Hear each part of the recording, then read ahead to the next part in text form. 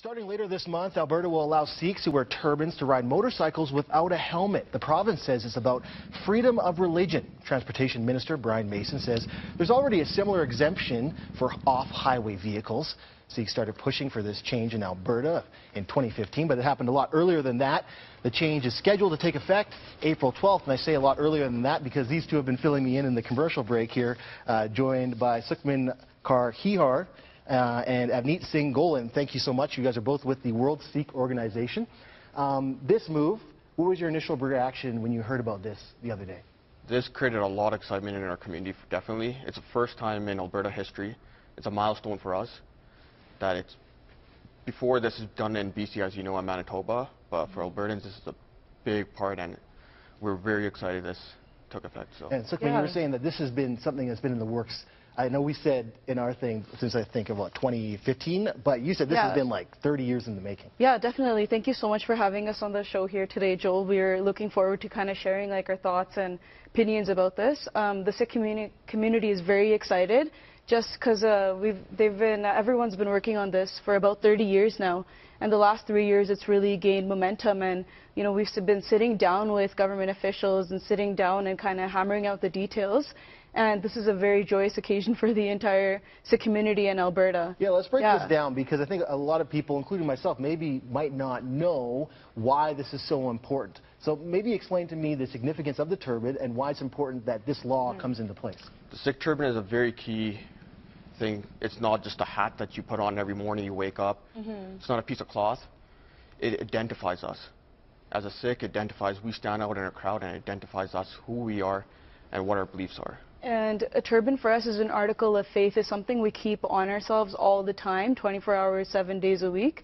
And definitely, like, you know, when you take a shower and stuff, that's like one of the few times you would take your turban off. But for us, like Avneet was saying, it's integral and intrinsic part of our identity. It's not something that, you know, like Avneet was saying, you don't just take it off and on. You tie your turban on. And when you're tying your turban on, you're representing your faith.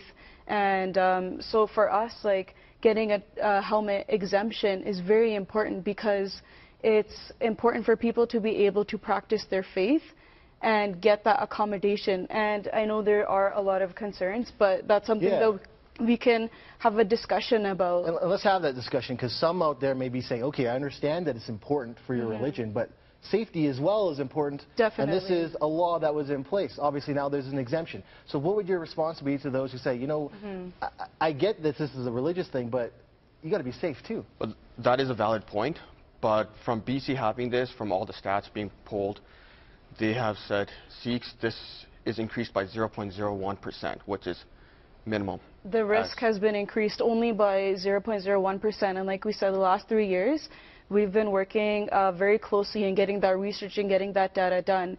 Riding a motorcycle in itself is a very dangerous sport, and when people choose to partake in that sport, you're already undertaking that risk. And for us, it's not necessarily the issue of whether is this an issue about helmet exemption, but the issue is whether that marginal increase of that risk of, like Avneet was saying, 0.01%, and that's when you round up. The question is, like, does that risk overweigh the fundamental human rights and freedom that people have in causing undue hardship towards people that want to ride? So that's kind of where that concern lies. It's not necessarily, it is definitely, I understand people are concerned about the health and safety, but when we look at that data, again, it's very minimal risk that is already increased. Like, people choose to partake in this activity. But the issue, again, isn't just regarding the helmet exemption. It's regarding the minimal risk compared to the being able to have that fundamental rights and freedom of religion. Well, yeah.